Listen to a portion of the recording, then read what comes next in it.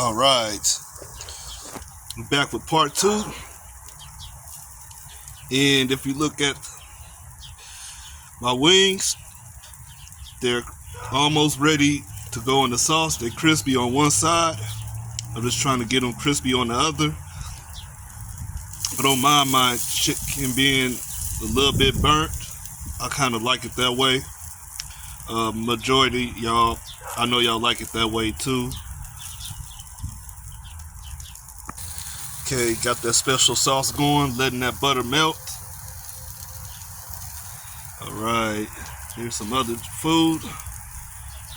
Don't have nothing to do with the video other than the wings.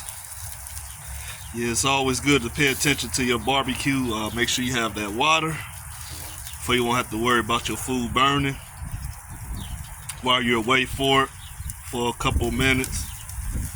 But the main key is to pay attention to your barbecue. I'm glad it's not burnt. I'm glad I made it just right. Now, one thing you see that I moved the wings over to the weaker side of the fire on the grill. I'm letting this melt, this butter melt in this sauce. Let this sauce heat up a little bit, which it looks like it is.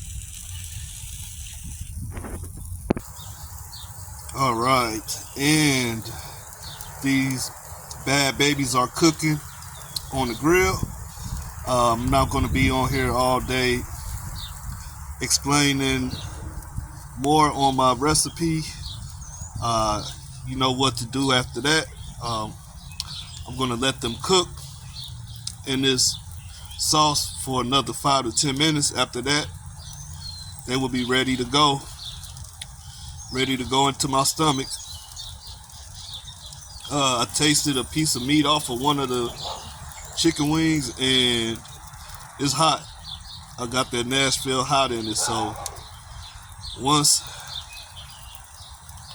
these wings come to a boil, then I'm taking them off the grill.